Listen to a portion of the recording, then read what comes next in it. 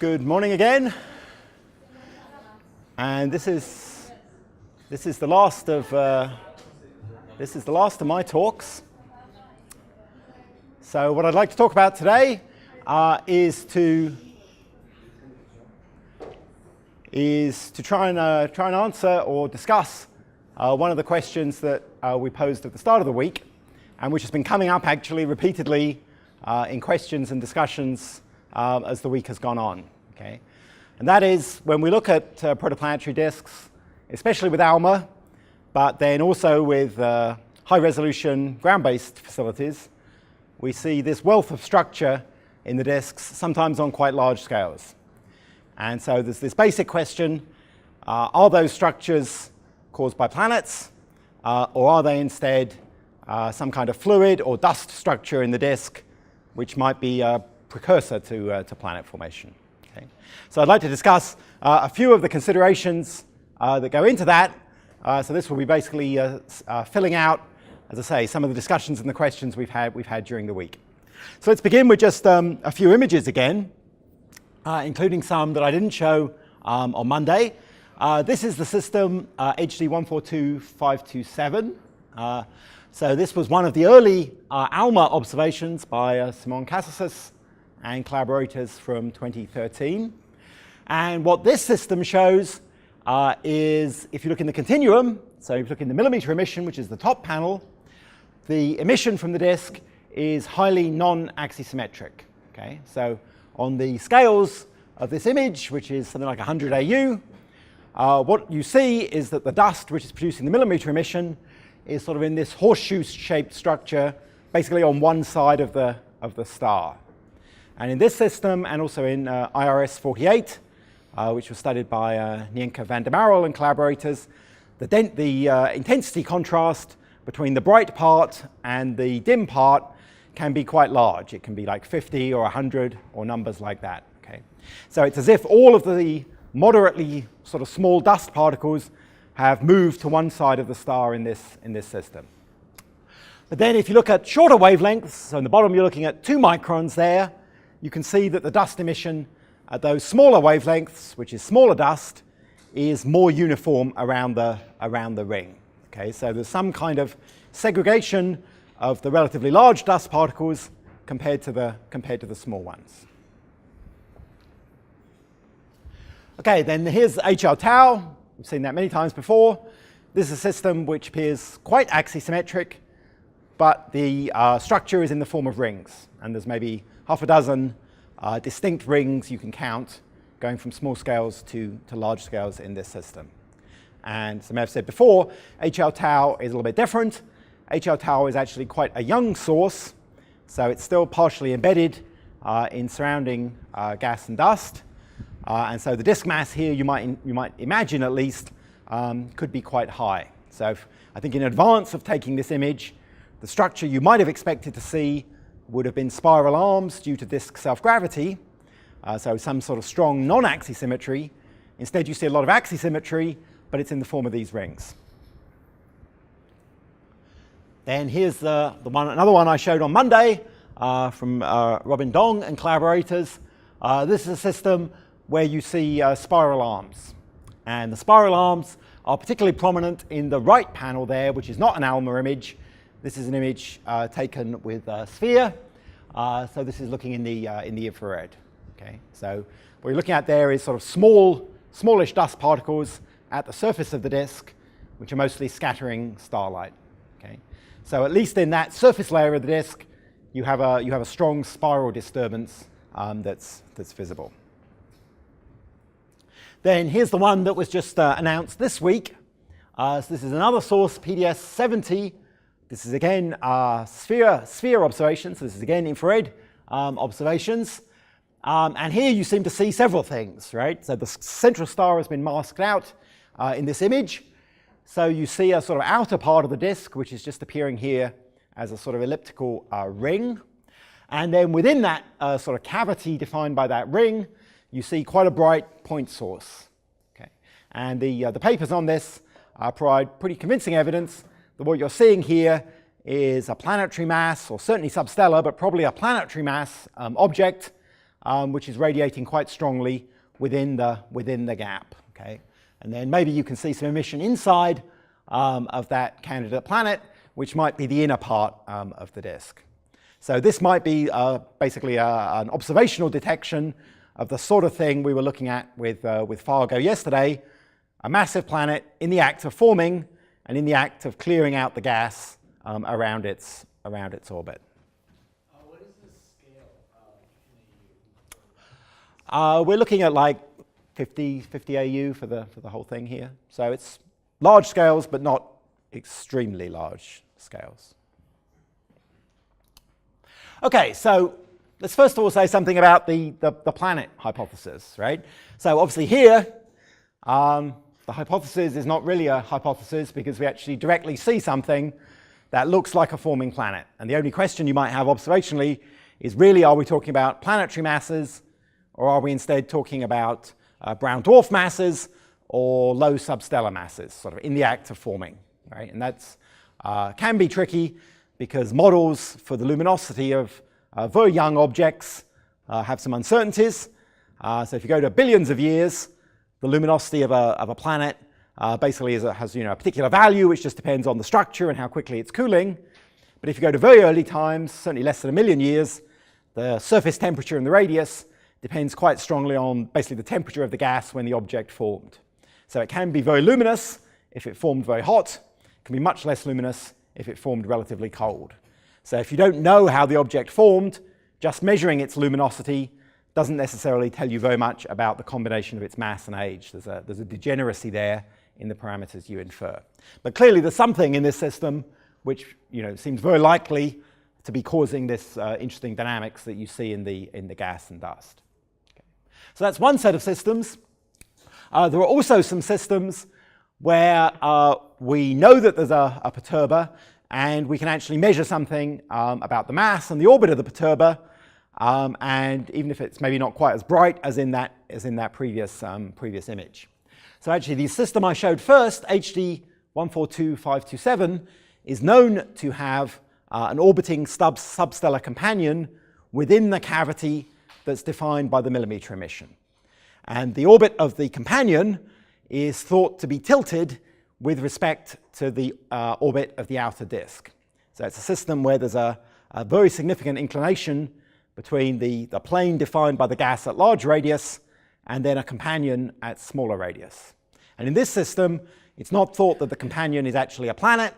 It's thought to be a substellar object that's above the planetary mass regime. Okay.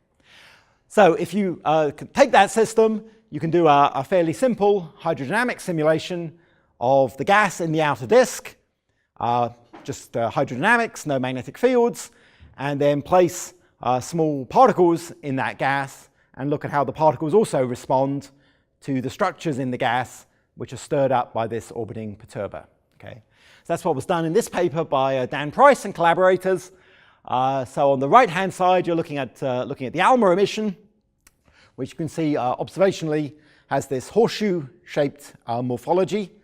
And then the bottom right panel there shows the result of a simulation with some reasonable parameters for what the orbit of the companion is, and some reasonable estimates for what the gas disk looks like. Okay?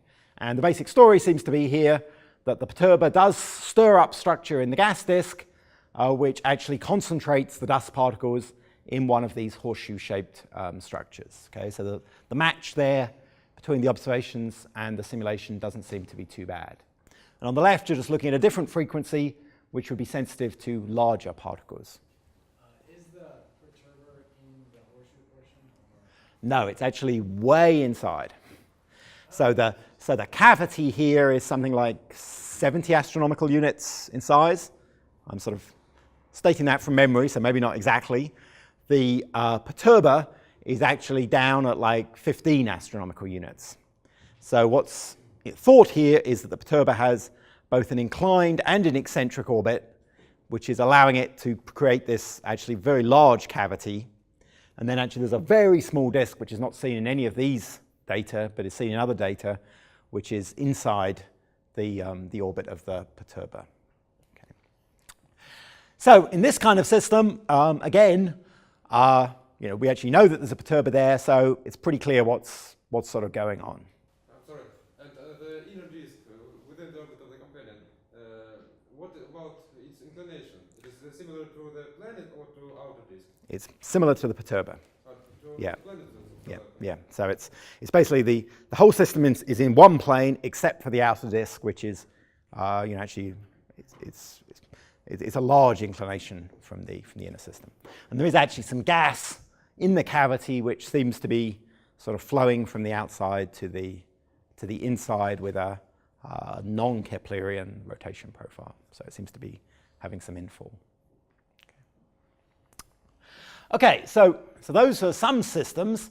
Now, what about the other systems? So in the systems that have rings, there's really only one where there is some kinematic evidence for having planets. Okay, so I'm not going to discuss the kinematic evidence because that's actually very recent work that I don't have a strong feeling for what that's showing. Okay, so for most of the systems, that have rings, we don't really have any direct evidence that there are planets within those disks. Okay, so HL tau is in that category. Okay, however, you can do numerical simulations, and this is something you could try and do pretty easily with Fargo, where you just place down a number of planets with sort of appropriate masses and spacings that basically correspond to observationally where you see depressions in the luminosity from the system. Okay? And you could then imagine varying the masses of the planets and varying the gas density, which determines the dust coupling, and asking, can the planets produce a perturbation in the gas surface density which acts to trap the dust particles and produce the level of contrast that you see in the observed ring-like structures. Okay? And you might think that that's going to be difficult because when you do a simulation with just one planet, or indeed with several planets, the morphology it creates in the gas disk is basically one of spiral arms. Okay? So you might think if there's a planet there, what you should see, if it hasn't really made a huge gap, is you should see a spiral wave in the gas distribution, which would also be traced in the dust. Okay? But as we mentioned yesterday, or at least in chatting with some of you I mentioned, the spiral arms that you produce in these systems are quite tightly wound because the opening angle is related to the sound speed and the Keplerian velocity just by that ratio of the sound speed to the Keplerian velocity. And that's h over r, which is a small number. So the spiral arms are actually quite tightly wound, and it turns out when you observe them with a real instrument, the prediction is you often don't really see the spiral arms, but instead you see things that look more like rings. Okay? So you actually see basically the density contrast that's being produced as a sort of small gap is being opened rather than the spiral arms itself. So on the right there you have a simulation which has then been post-processed to sort of include the noise that you would have in a real observation by Di Piero and collaborators, where they've just put down a number of planets and tried to see if you get something that looks like HL tau. And as you can see, it looks pretty much like the observation. Okay? And this is basically true for most or maybe all of those systems where you see some structure, whether it's rings or spirals or horseshoe-shaped structures. If you allow yourself the freedom to place down planets with sort of arbitrary masses in arbitrary locations, you can find a combination of planet masses and locations that will produce structure that would give you what you observe. Okay? So that's possibly what is really going on in these systems, right? Maybe every time we see these structures, that's indicative that we're seeing planets that are still embedded in the gas phase. Okay? It's certainly possible. However, it's potentially surprising because if that's the case, we would infer that there's actually quite a high abundance of planets, let's say at 50 to 100 AU scales, because remember these images are mostly looking at large-scale structures within the disk. Okay, so they're not in the giant planet region of the planetary system. Okay, and that's potentially a problem for sort of two reasons. First of all, if we're thinking about massive planets, so things that are like several Jupiter masses, So those would be the systems that would carve large gaps and potentially create these horseshoe-shaped structures. We actually know something about the abundance of those planets from direct imaging surveys. So SPHERE, which is being used for these wonderful disk images, the original purpose of SPHERE was to detect large planets via direct imaging at fairly large radii.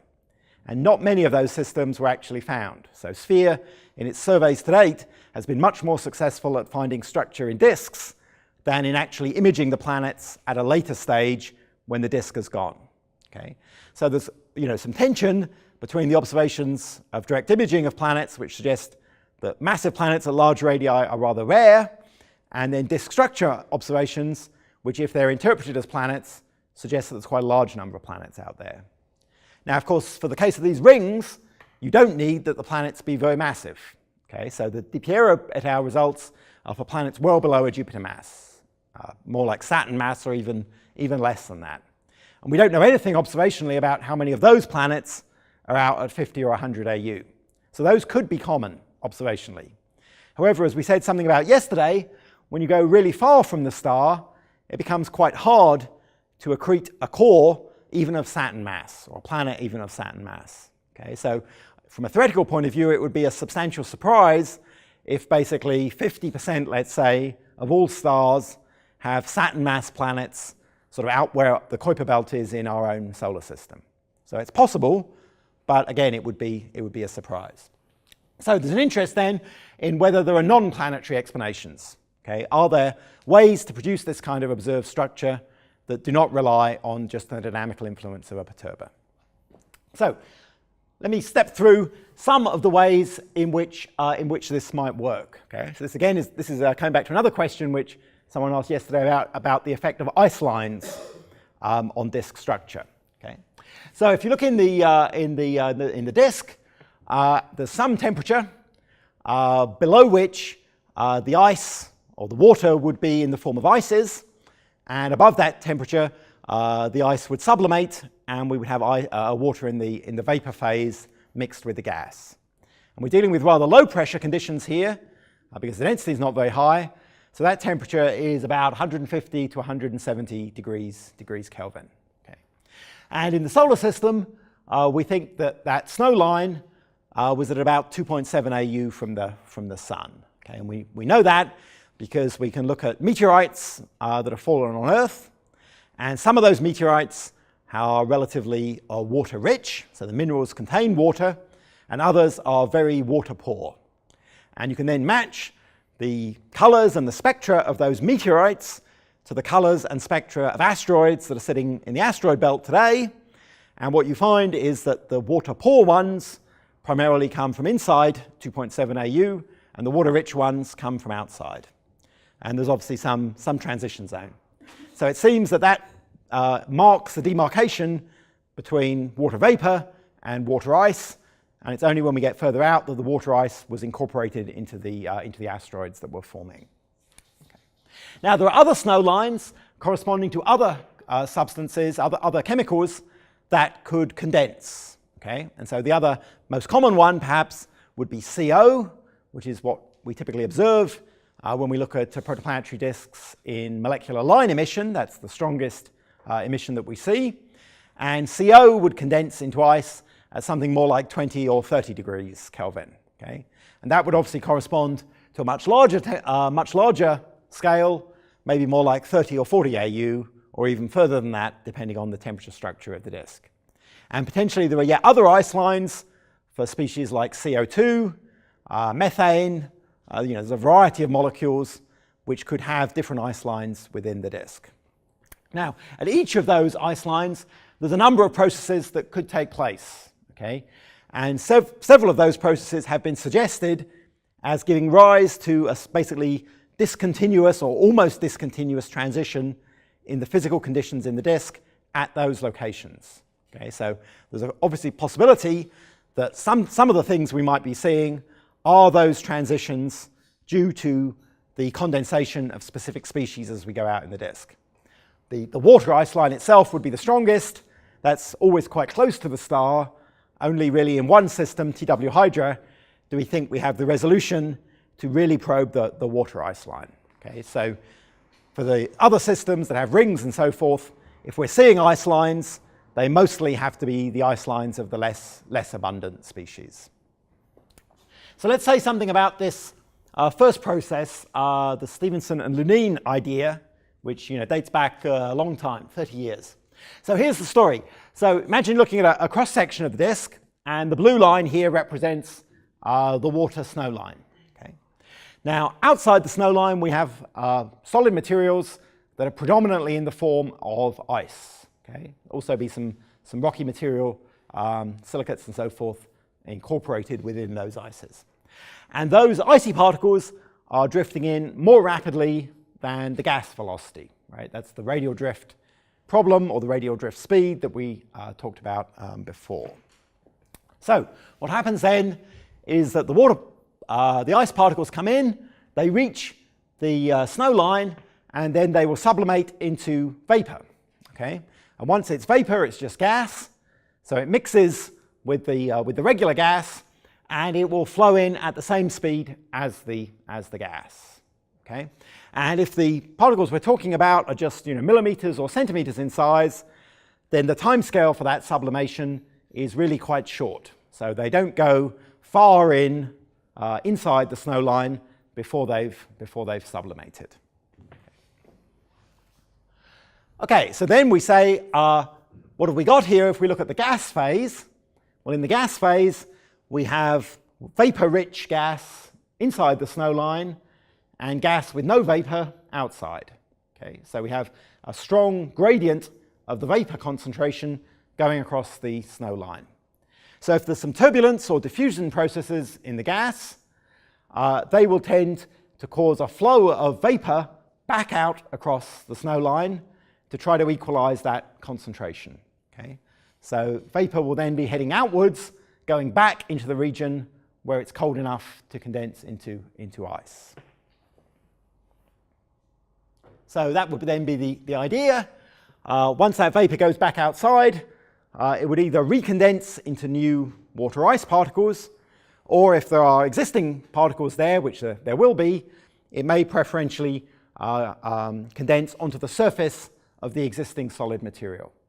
So one way or another, you'll get a boost in the abundance and also probably the size of the icy material just outside the snow line.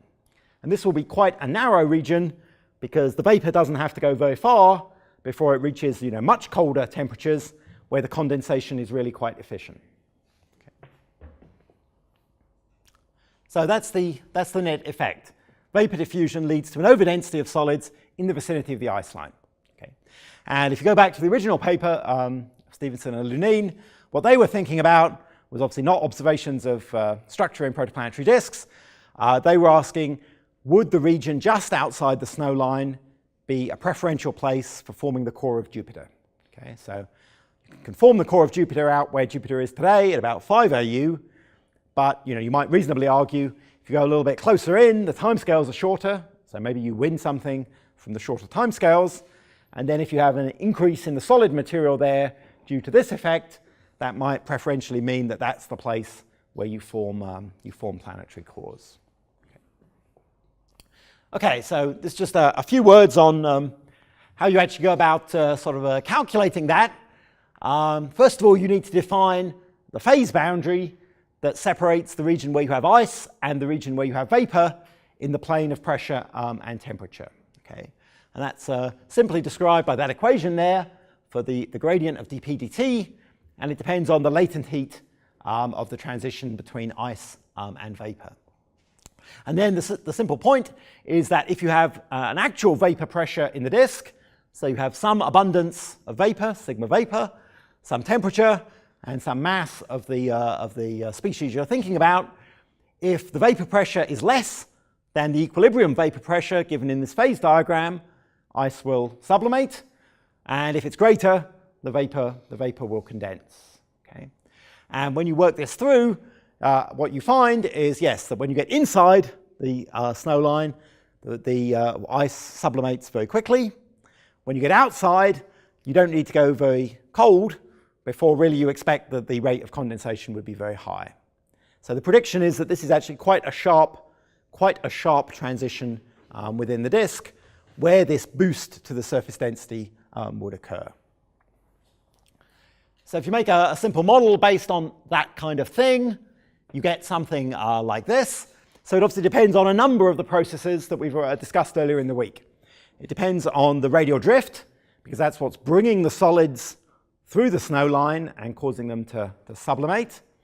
It depends on the amount of turbulence, because that is what's causing things to diffuse outwards. And then it depends on this ice vapor physics, which is saying how quickly things condense and how quickly they sublimate. Okay. So that's what you're seeing here. So you're looking at surface densities of gas, of ice, and of vapor as a function of distance. So the gas curve is up at the top there, and the red curve is showing the vapor, and the blue curve is showing the ice. Okay. And the different blue curves show different dimensionless stopping times, going from small values, where the particles drift rather slowly, to large values where they're drifting very fast and really pumping a lot of vapor into the inner disk and creating a very strong gradient to force diffusion back outwards. Okay. And so what you can see here is that you can get these peaks in the ice concentration, the ice surface density, which correspond pretty closely to where the snow line is in the disk. Okay. And this is coming from this diffusion and recondensation process. And these are just toy models where it's been assumed that the material that's recondensing is recondensing into particles with the same size distribution as the existing ones which are flowing in and being destroyed. Okay.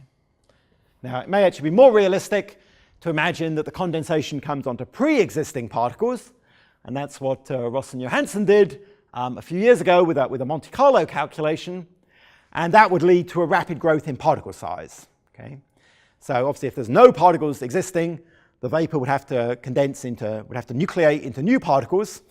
But if there's a lot of ice already sitting around there in the form of particles, it may instead just coat the surfaces of existing objects. Okay? So in that case, those existing objects could grow quite large. That's what's being shown in these plots here. And so in that case, observationally, what you would see is you would actually see a decrement in the emission from that region near the snow line, because the particles would no longer be, let's say, millimeter size and radiating in the Alma bands. They might be pushed up to, say, being tens of centimeters, and then they'd be radiating very weakly in the Alma emission bands, and so you'd actually see a dark band at the location of the ice line. Okay. So one idea for making these rings is to say similar physics to this takes place at each of the ice lines. And so at each of the ice lines, perhaps, you actually increase the particle size. And so you see a decrement in the thermal emission from the disk at those locations. Okay, so that process, the one we've just discussed here, just involves the solids, really. Okay? So in this story, the gas can have a perfectly smooth radial distribution. And because of this sort of chemical processing taking place at the ice lines, we get some distinctive structure developing in the solid distribution. Okay. Now, the other possibility, which is one we already alluded to yesterday and on Wednesday, is that the fundamental structure is in the gas, and the solids are just sort of responding to that gas structure. So that's this idea of particle traps that we've already discussed, where you have axisymmetric local pressure maxima, and those are concentrating particles within the disk. Okay. So where could you produce those kind of structures? Well, one possibility would be to go back to sort of ideas of turbulence within the disk and the efficiency of angular momentum transport. Okay. So if we're in a steady state, we have a relationship between the viscosity and the surface density, which is just that the product of those two things equals the mass accretion rate through the disk. Okay. So if we write this as an alpha prescription, so this would be alpha CSH. If we had a relatively sharp transition in the efficiency of angular momentum transport as a function of radius, that would lead to a near discontinuity in the surface density. Okay. So if we go from having a relatively large alpha to a smaller alpha as we move outwards, that would correspond to a change from a small to a large surface density. And so we could have a local bump in the surface density at a fixed location that is in some way tied to how the non-ideal terms are changing the efficiency of angular momentum transport. That would be in an MHD model. You can imagine the same thing if there was some reason to have a transition in the efficiency of some other kind of hydrodynamic transport process. So where could that be? Well, that could be at several locations. Suppose there was such a trap at the snow line. So it's not completely clear what physics at the snow line would do that. But you might imagine, say, that a change in the abundance of small dust grains changes the ionization state, and that in some way feeds back onto the transport efficiency of angular momentum, and therefore ultimately on the surface density. Okay? So this would be just a sort of a hypothetical example. Suppose you have a surface density profile that looks like the one in that top plot. The radial velocity of particles, if they're just moving purely with their radial drift speed, is what's shown in that second panel. So it's negative in the regions where the pressure is decreasing outwards, but then it has a small peak where it becomes positive, where the surface density and the pressure are increasing as a function of radius. And if you then say, well, how would the particles respond to that? The solid surface density is shown in that bottom panel. So this includes not just radial drift, but also some turbulent diffusion. And you set up a steady state where, in this case, you can see you can get a very large local enhancement in the solid surface density. Okay? So if you can engineer places where there are these local pressure maxima, you can very easily create potentially quite strong bands of solids which would appear as bright rings in ALMA images. So you have a jump in surface density producing a local pressure maximum, region where the radial drift velocity is positive, and then in a steady state where you have a balance of radial drift and diffusion, you get this concentration of particles in the trap. Okay. Then here's just another example of the same sort of thing, but doing the same calculation further out. How strong this is in terms of what you would see depends, of course, very much on the particle size relative to the local gas, because this is still ultimately an aerodynamic effect.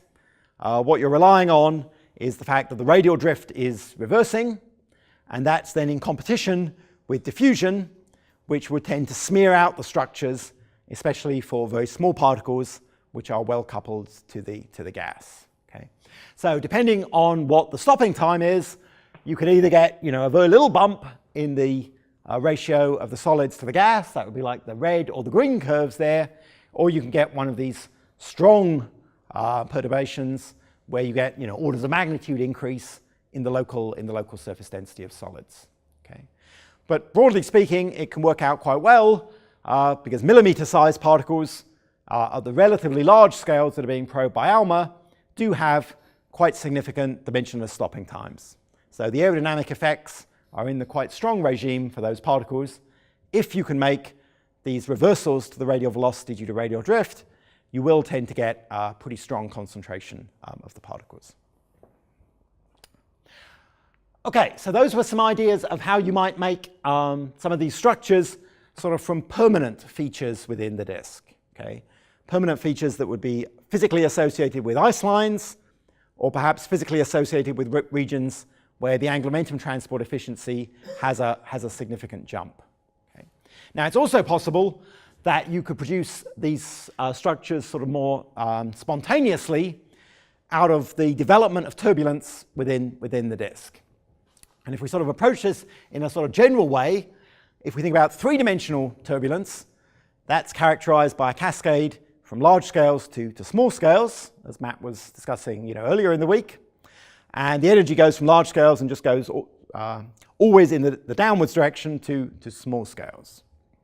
Now, if you have two-dimensional systems, on the other hand, those tend to support an inverse cascade of energy, where the energy goes in the opposite direction.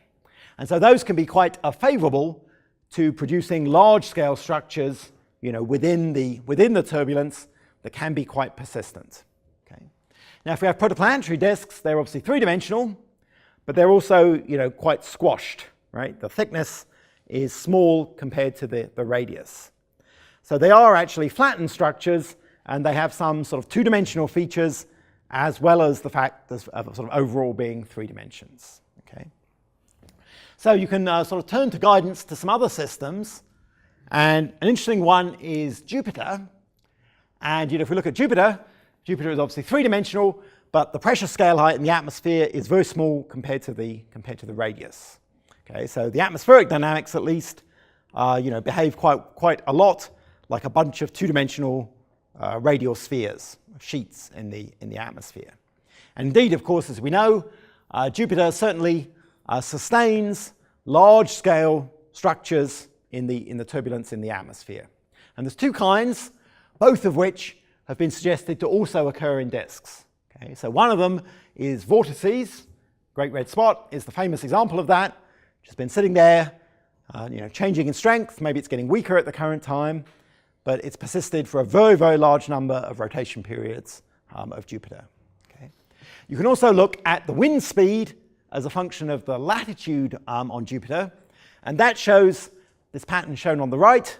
It shows these reversals, these zonal bands or zonal flows where the wind speed is changing as you go from the equator towards the pole. Okay.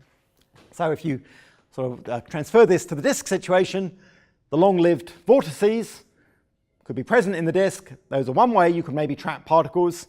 The zonal flows could correspond to bands in the velocity in the disk, which would create bands in the surface density, which in turn would trap the structures. So let's say a little bit about these different possibilities. So zonal flows are the first possibility, and these have actually been found now for a long time, first of all in simulations of ideal MHD turbulence within accretion disks. Okay, so it was work by Johansson and collaborators now almost 10 years ago that found these things. And yeah, the basic idea is that there's an inverse cascade which leads to large-scale magnetic field structures. Those lead to variations in the magnetic stress, and they lead to peaks and troughs in the surface density. Okay, so if you just had those variations in the density and therefore variations in the pressure, obviously the pressure gradient would try to smooth those out on a sound crossing time. Okay, but in these zonal flows, what happens is that the pressure gradient gets balanced by radial variations in the azimuthal velocity. Okay, so you can be in balance with v phi squared balancing against gravity, and then some potentially complicated radial function of the pressure. Okay, so if you're sort of in the global frame, it looks like that first equation there. If you transform to the co-rotating frame, what you have is a balance between the pressure gradient, the pdx, so x would here be the radial direction, and the Coriolis force, which is here represented with Vy being the azimuthal the velocity in the system. So this kind of situation is described as geostrophic balance, and it can potentially be, a stable situation. Okay, so if you were to make these variations in the pressure and variations in the surface density too strong, as we'll come to, they would themselves become unstable to other processes taking place. But if these variations are relatively modest, this can be a completely stable equilibrium situation, where you just have a more complicated balance between the pressure gradient, between the azimuthal velocity, and the radial gravity. Okay. So these things can also happen in non-ideal MHD. So these are more space-time diagrams. So the vertical axis here is the radius, the x-axis is time, and the colors are pressure perturbations in the midplane of a simulation. And these are simulations that were done for large distances where ambipolar diffusion would be strong. And what you can see here is the development of regions where the pressure is relatively high, the density and the pressure are relatively high, and then they're separated by regions where the density and pressure are significantly lower. Okay? And at least in these simulations, the amplitudes weren't too strong, just tens of % in the surface density, but the lifetimes of these structures seem to be quite large, tens or hundreds of orbits. And these were just gas-only calculations, but clearly these kind of structures have the potential to start trapping some solids within them. And as we heard earlier in the week, if we look at systems where we have the Hall effect, potentially we can get quite substantially stronger zonal flows forming also in those regions. So for sort of different physical reasons, it seems that wherever we are in the disk, whether we're really in the region of ideal MHD, which would be very close to the star, Hall MHD, which would be further out, and bipolar dominated MHD, which would be furthest out, in all of those systems, MHD, let's say turbulence, or at least MHD stresses, have the potential to produce rings of surface density, which could potentially produce rings of particles. What could that do for us? Well, that's been looked at also for a number of years. This is work by Paolo Pinella and collaborators. If these zonal flows are strong enough, they could not just be what we're seeing in observations of millimeter emission, but they could also be concentrating particles sufficiently that they would grow to larger sizes before they can drift in radially. Okay? So these were sort of toy models where you just take a gas surface density profile and impose some fairly high frequency ripples on that and ask how the solids respond to that and how they coagulate to larger sizes. Okay? So this could be one way, in fact, to solving the radial drift problem that's sort of a little bit independent from the planetesimal formation ideas I talked about yesterday. This might be a way to actually trap the particles for long enough in the outer disk and at least slow down the rate of their radial drift into the star. Okay? So these were old calculations. Here the amplitude and the radial wavelength of the zonal flows was assumed to be high and low respectively. You can see there are many ripples, many more rings in this image than are seen in those observed images. But the same sort of physics could occur perhaps to a less strong extent if you took profiles that were more motivated by what we see in numerical simulations or what we see observationally. Okay, so that's zonal flows. What about vortices? Okay, so vortices are a very interesting topic, but also quite one that's quite controversial and has an extremely long history. Okay, so the idea that vortices within the solar nebula were somehow responsible for concentrating material and forming planets has an extremely long history. It dates back many decades. Okay? And when we start thinking about vortices, there are actually a number of related issues, all of which are quite complicated and involve some very interesting physics. Okay?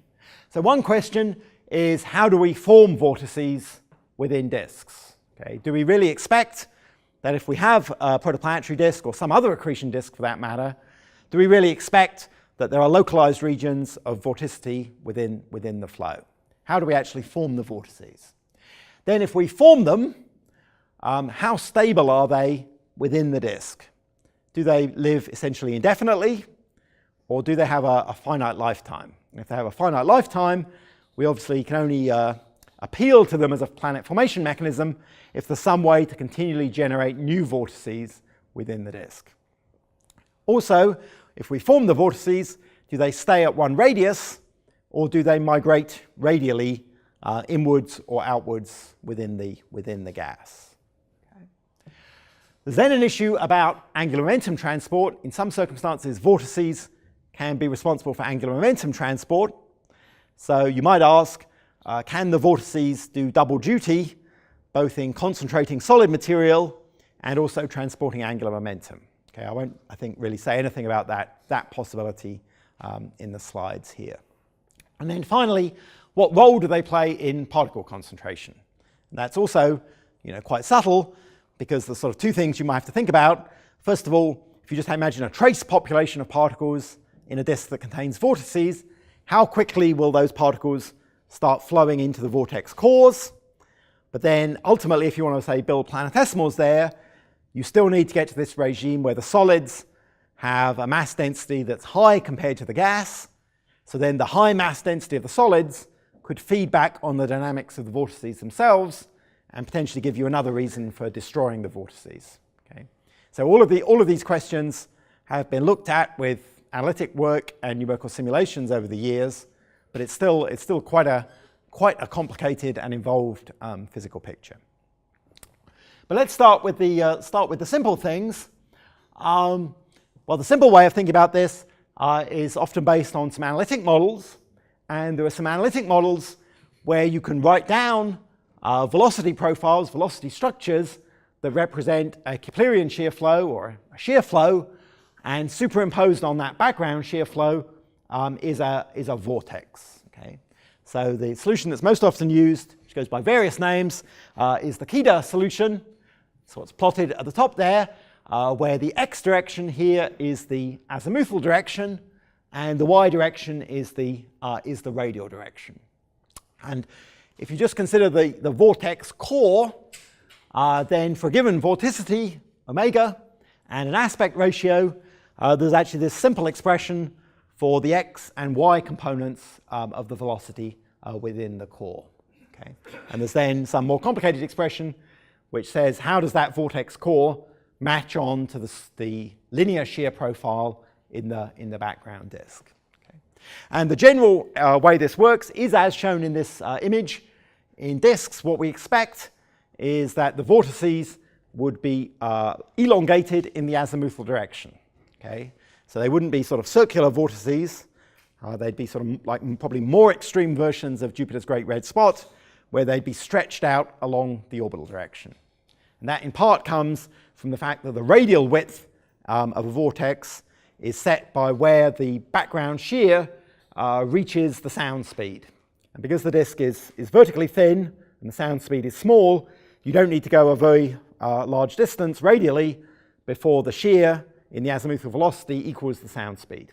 And that sets a sort of maximum width of the vortex in the radial direction, but it can be elongated in the azimuthal direction. Okay, so that's what the gas structure would look like. Back in 1995, people started thinking about how the particles would respond in such a structure. And that's a calculation that's shown here. So here we have the distance to the vortex and the impact parameter. So the sun is down on the floor here, and you see some contours of the gas structure of the vortex, and then some trajectories for tracer particles with some aerodynamic stopping time introduced into that flow. Okay? And what you find is that in the vortices that would be present in the disks, which are only anticyclonic, those are the only ones that are stable, the particles would spiral into the core and start accumulating in the core. Okay? So the relevance to, say, planet formation is quite clear. If you had a disk with some population of vortices, if initially the vortices were very small, they would tend to merge together to form a bigger vortex. You get a situation where you had a number of large vortices sort of spaced out radially, and those would tend to sweep up the dust, the small solid particles, into high density regions that would occupy the core. And then, at least in modern parlance, what you might be able to get is you might be able to trigger something like the streaming instability or some other gravitational instability mechanism that would cause those solids to collapse into planetesimals. Okay, so if we had vortices, the situation would be good, or at least would be physically very interesting. How might we actually produce vortices? Well, there's an instability we know which can produce vortex-like structures, starting with axisymmetric structures within the disk. And that's described as the Rossby wave instability, and it's the way in which planets, if they are present in the disk, could produce vortices, which in turn could concentrate a next generation of solid material. Okay? So here's the idea. You start with a disk which has a uniformly declining surface density profile as a function of radius. Okay? So that would be a disk, let's say, that doesn't have any zonal flows, doesn't have any strong perturbations at ice lines due to planets, or so forth. Let's imagine we make a structure in this disk, in the first instance, due to having a planet within the disk. Okay, so this is the thing we were looking at in the practical session yesterday. If you put a massive planet within the disk, it acts actually to sort of repel the gas nearby it and creates a gap at the location of the planet. Okay, so what you have then is that red profile where you have a depression in the surface density where the planet is, and at least initially you've sort of pushed the gas away, so you will actually have peaks in the surface density at the inner and outer gap edges. And because the planet creates a relatively narrow gap in the disk, the gradients in the surface density become quite strong at the inner and outer edges of the gap. Okay. So what the Rossby wave instability is an instability that takes sharp gradients in the density profile and makes them unstable to the production of vortices. Okay, and I'll show some criteria for that on the next slide. So this is one way in which a planet forming within a disk, at least if it can form on a relatively short time scale, could start producing vortices. Okay, so if one looks at the images of ALMA disks that have these horseshoe-shaped structures, the planetary idea is basically this. You have an initially smooth disk, you form a massive planet within the disk, that planet creates a gap, the gap edges are unstable to this Rossby wave instability, that creates vortices, the vortices all merge to form one large vortex, and then that vortex accumulates the dust particles that are being seen with ALMA. Okay? So that's the logical chain of how this would work in a real system. However, I should emphasize that there's nothing special about the planet here except for the fact that the planet creates this sharp density structure in the disk. So if we have any other process that could create a sufficiently sharp density structure, it would all work the same way. It would create the vortices, they would merge together and produce a large vortex that would trap particles.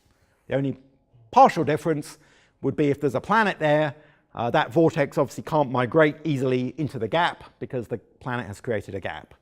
If it was in a disk without a planet, the vortex would be more vulnerable to moving around radially.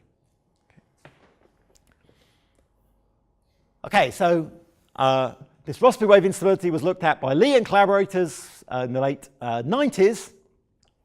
And the basic condition is that it involves an extremum in this vortensity function that's shown here.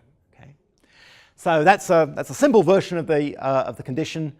There's a more detailed version given in these papers, which also depends on the entropy and how that varies within the disk. Okay, but nonetheless, this is a situation that, let's say, is moderately well understood in terms of how strong the perturbation on the disk needs to be in order to produce an instability. And people do numerical simulations of this, sort of get to one rule of thumb.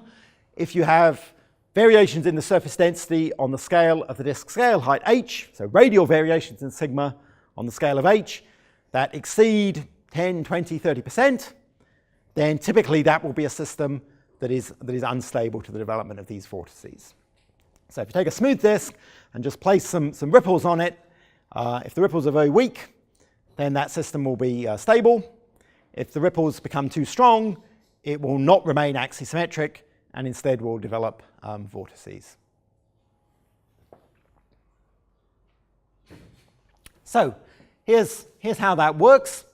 So on the left are some calculations from Lee and collaborators showing the early development of that instability. So in these simulations, what they did was they didn't actually have any planets. They just imagined a disk surface density profile, and they placed a perturbation on that profile that was strong enough to trigger this Rossby wave instability. Okay? And typically what happens is initially, it's actually quite a fun hydrodynamic thing to play with, because the number of vortices you produce is some small integer value. Okay? So it might be 3 or it might be 5 or something like that. And so you produce a number of vortices that are basically equally spaced around the ring. And so in this case, you've produced 3 vortices that are sort of spaced like an equilateral triangle there. And then if you keep evolving that system, the vortices move around azimuthally around the orbit, and they all merge together to form one big vortex. Okay? And that happens on some timescale of orbits, but it's not a tremendously long timescale. It's a timescale that would be realized in disks. Okay? So that's an example of a calculation done without a planet. On the right is one done with a planet. So this is our 5 Jupiter mass planet in a disk with rather low viscosity. So viscosity tends to smooth out surface density gradients and makes it harder for these vortices to form and survive. And here the planet was just placed basically instantaneously in the disk, So it made a very strong perturbation, and then that creates, one big vortex, this yellow patch there, which would be where you accumulate the solids. Okay? So whether you have planets or whether you have some other reason of producing sharp structures, this could be a way of making big vortices which would potentially trap solids. Okay? But it's not the only way. There's another way which does not involve gradients in the surface density, but is instead a nonlinear instability in the fluid itself. Okay? So this is described as the subcritical baroclinic instability, and it's based on basically an entropy-driven instability in the radial direction within the disk. Okay? So if you imagine you take parcels of imagine the disk was not rotating, so it wasn't really a disk, then if you took an entropy gradient in the radial direction, there would be some entropy gradient which would be unstable to radial convection like you have in stars. Okay? And that would be set by the Schwarzschild criterion for the entropy gradient. Now if you're in a disk, the normal Schwarzschild convection is stabilized by the fact that you have differential rotation and shear. Okay? So it's much harder to excite convection in the radial direction. However, there can be a nonlinear instability, which you can sort of think of as if you formed a vortex within the disk, would the flow be sort of self-sustaining due to the thermal gradients that are created around that vortex. Okay? So that's what's sort of shown here. What you imagine is that you have a vortex, and if you have a sort of parcel of gas that's moving outwards, if you have the right entropy gradient, it can be accelerated outwards because it's buoyant. It then thermalizes, so it comes to the same background conditions as the disk as it goes around the sort of azimuthal part of its orbit, and then it sinks buoyantly to rejoin itself at the inner region. And under the right conditions, which amount to something about the radial entropy gradient and how quickly the gas can cool, if you're in the right region of parameter space, this kind of flow can be self-reinforcing. Okay? So this is a situation that is not linearly unstable to convection, but it can be non-linearly unstable to creating and sustaining these kind of vortices in the disk. Okay? So this has been looked at by a number of people. Clara and Bodenheimer saw something like this in global simulations. Wasn't quite clear really what they were seeing at the time. There was then later work by Peterson which clarified what this mechanism is, and this sort of toy picture I'm giving here is due to Lezier and Papalouzeau. Okay. So this needs the right entropy profile, and it also needs the disk to be able to cool at the right rate. So if it operates, you might imagine it might operate better at some radii than others, where you're in this sort of a sweet spot of parameter regime. Don't we expect the disk to be hotter in the innermost parts? So wouldn't the entropy gradient be the other way? Or does the sign not matter? No, the sign does matter, but it's still okay, right? Because if you think of a star, you're generating convection despite the fact that it's hotter in the middle, right? So what you're thinking about is what the background entropy gradient is in the flow, and then what the adiabatic gradient would be if you take a parcel and just move it adiabatically in the radial direction, right? So if you're in a circumstance where it's always complicated to say this in words because the gradients are always negative, and so when you start saying one is larger than the other, you always get confused. But what you need is obviously that when you move the parcel out radially, it becomes lighter, becomes less dense than the background, so it tends to want to continue to be buoyant and accelerate outwards. And then vice versa when you're on the sinking phase of the cycle. And so the key is really that the time scale of the vortex. So like if we go into the frame of the vortex, that velocity, the time scale you get from that velocity is the same time scale as for the part of the heat. Yeah. So it's very dependent on basically how close you are. So if the cooling time was exceptionally long, right? So basically the disk wasn't cooling at all, then obviously the temperature would be forced to be constant around this flow, right? And that's not very good. If on the other hand the cooling time was instantaneous, then actually you couldn't sustain a buoyant parcel because it would immediately relax back to the background temperature structure of the disk. So you want these timescales actually to be sort of the same order of magnitude for it to work.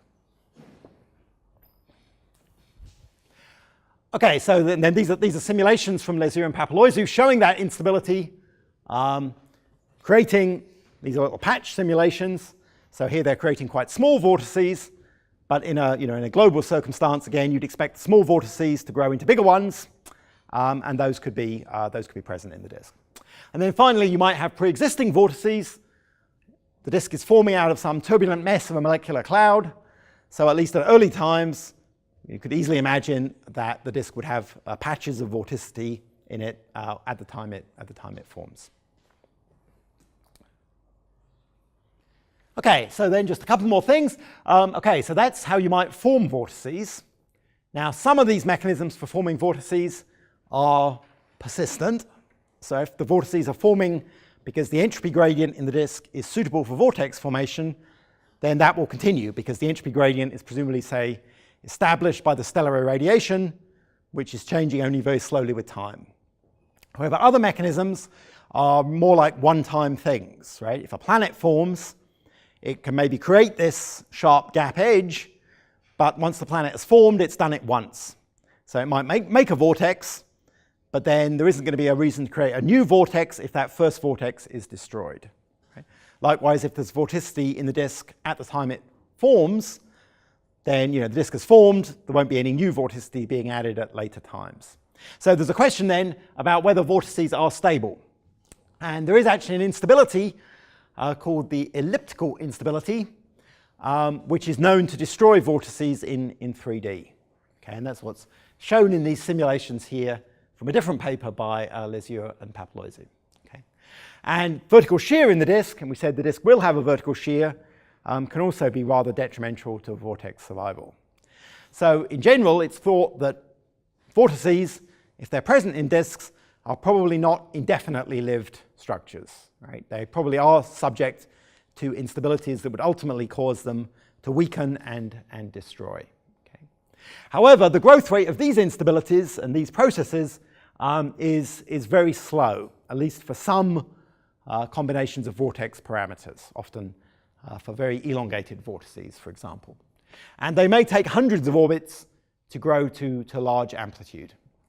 So if you think about ALMA images and horseshoe-shaped structures, then actually this is not really a fatal problem. Right? If you're looking at 100 AU, the orbital timescale is 1,000 years. So if you can live for 1,000 orbits, that's 1,000,000 years. And that may be basically the age of some of these systems that we're seeing. Okay? So it's not the fact that vortices don't seem to be able to live forever in three-dimensional disks doesn't mean that they're not what we're seeing. Okay? They could just have formed, and maybe they're in the process of being destroyed, but the timescale is just too long, and they're still existing at the time we see them.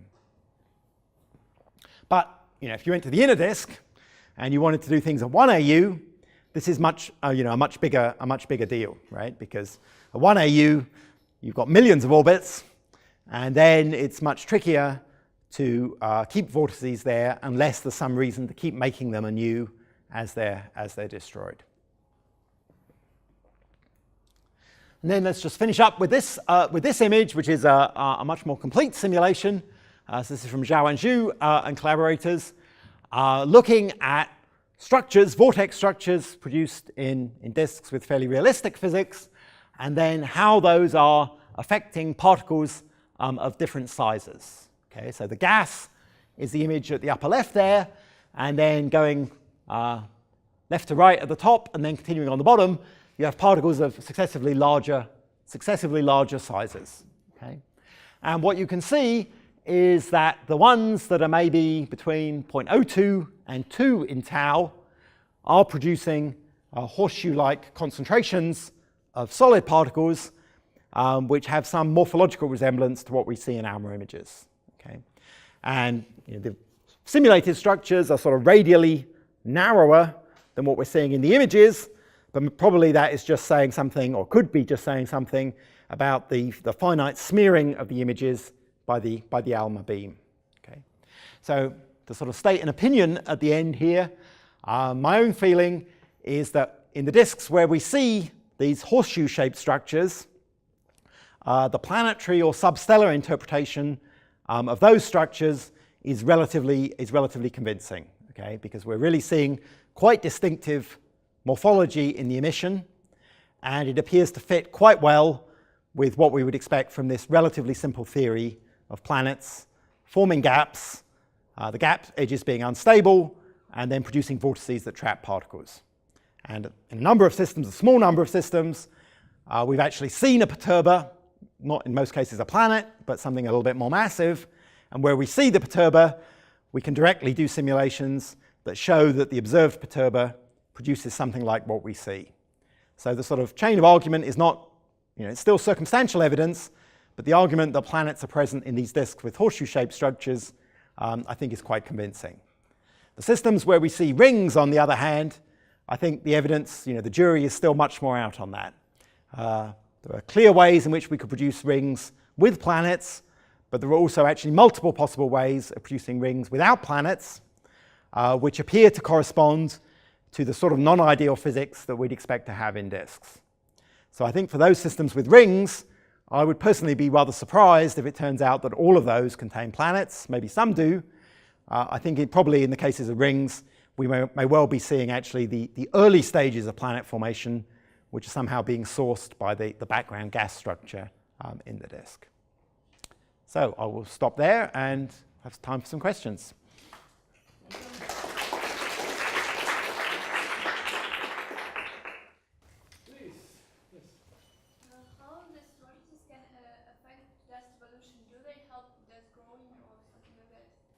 Yeah, so the question is, how do the vortices affect dust evolution? So the dust with the right stopping time would certainly be concentrated in the vortex core. And so the collisional rate would certainly be increased by the increase in the density. A trickier question is whether you can obtain sufficient concentration in the dust in the vortex core to really trigger something like the streaming instability or gravitational instability. A very high concentration of solids will actually tend to destroy the vortex itself, okay? Because the back reaction, the aerodynamic back reaction of the mass will not reinforce the existing vortex structure. So there's some sort of competition there. If you just left things, the solids would sort of continually continually accumulate into the vortex, and then the question is, will they basically form planetesimals quickly enough to avoid destroying the background gas structure? And I think there's quite a lot of work on that, but I think that's an area where more work is still probably needed to exactly clarify how it really works. So you mentioned the particle traps, and your data that you show is basically also says that particles still have quite a high relative velocity.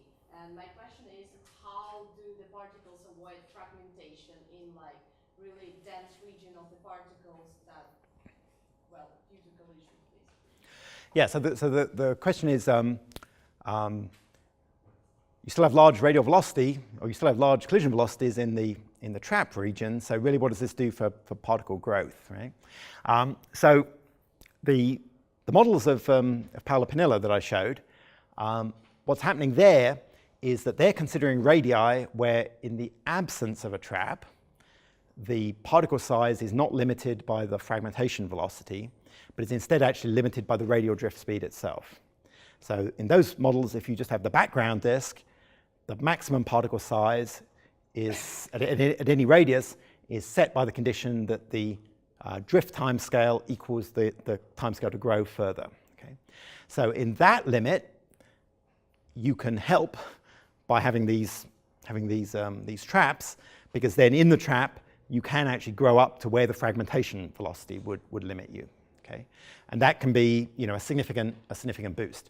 But indeed, even in those models, it doesn't help you completely get past the material barriers, because ultimately you'd reach this point where fragmentation would set in, and then having the trap doesn't actually make any difference really to what's going on.